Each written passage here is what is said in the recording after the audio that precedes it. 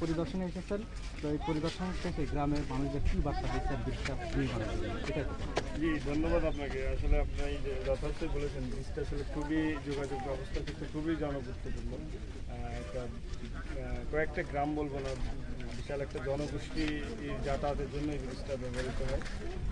এবং স্কুল আছে,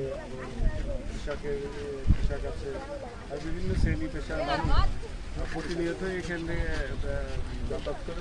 বলা চলে যে একটা ব্যস্ততম ব্রিজ আমাদের দুঃখজনক। আসলে এখানে এসে জানতে পারলাম ব্রিজটা অনেক পুরাতন আর কি, চলতেছে। আপনারা জেনেছেন আর কি, বছরে বৃষ্টি এবং পার্শ্ববর্তী বিভিন্ন বাওর জলাশয় থেকে যে বাঁধগুলো ভেঙে গেছে, সেখান থেকে পানি আসার কারণে এবং আরও অন্যান্য বিভিন্ন বিষয় সহ এটার উপরে